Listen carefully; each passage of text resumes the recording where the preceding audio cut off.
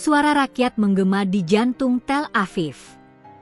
Ribuan, bahkan puluhan ribu warga Israel tumpah ruah memenuhi jalanan. Satu suara, satu tuntutan, hentikan perang di Gaza dan bebaskan para sandera.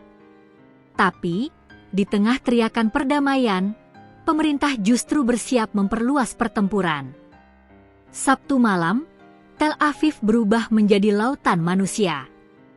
Spanduk warna-warni, poster wajah-wajah sandera, dan teriakan yang bergema hingga langit malam.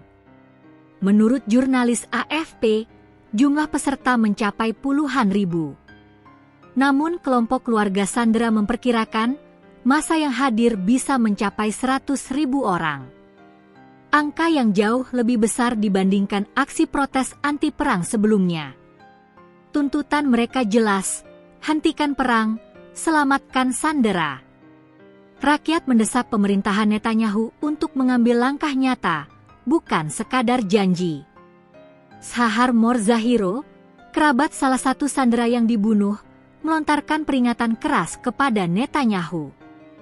Jika Anda menyerbu Gaza dan para sandera tewas, kami akan mengejar Anda di alun-alun kota, di setiap kampanye pemilu, di setiap waktu dan tempat.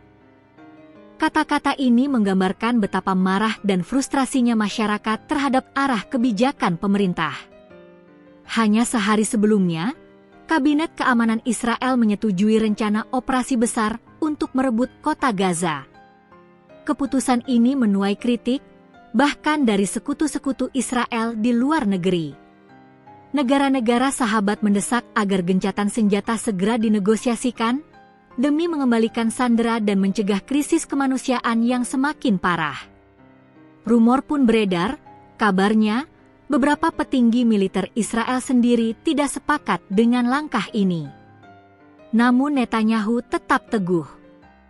Lewat unggahan di media sosial, ia menegaskan, "Kami tidak akan menduduki Gaza, kami akan membebaskan Gaza dari Hamas." Protes terhadap Netanyahu bukanlah hal baru. Selama 22 bulan perang, aksi-aksi menentang kebijakannya terus bergulir. Gencatan senjata sebelumnya memang pernah terjadi, menghasilkan pertukaran sandera dengan tahanan Palestina. Namun, hasilnya belum menuntaskan masalah. Dari 251 sandera yang diculik Hamas pada serangan tahun 2023, 49 orang masih ditahan di Gaza. Ironisnya, 27 dari mereka diperkirakan sudah tewas menurut data militer Israel.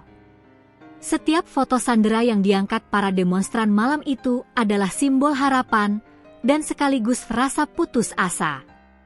Tekanan internasional terhadap Israel semakin besar. PBB, Uni Eropa, hingga negara-negara sahabat seperti Amerika Serikat mendorong penyelesaian damai. Krisis kemanusiaan di Gaza kini berada di titik kritis. Rumah sakit runtuh, pasokan makanan menipis, dan korban sipil terus bertambah. Bagi dunia, pembebasan sandera dan gencatan senjata adalah prioritas. Namun bagi Netanyahu, menghancurkan Hamas adalah tujuan yang ia anggap mutlak. Apa yang akan terjadi selanjutnya? Jika operasi besar ke Gaza tetap dijalankan, korban jiwa bisa bertambah, termasuk sandera. Rakyat Israel kini berada di persimpangan, mendukung pemerintah dengan strategi militernya, atau mendesak perubahan demi keselamatan warga dan perdamaian. Netanyahu pun menghadapi risiko politik yang besar. Protes 100.000 orang bukanlah angka yang bisa diabaikan. Gelombang ini bisa berubah menjadi badai politik yang mengguncang kursinya.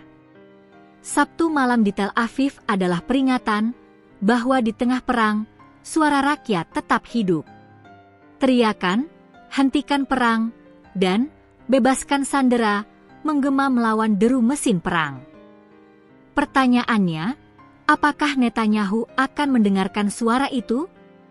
Ataukah Israel akan terus melangkah di jalan yang penuh darah dan air mata?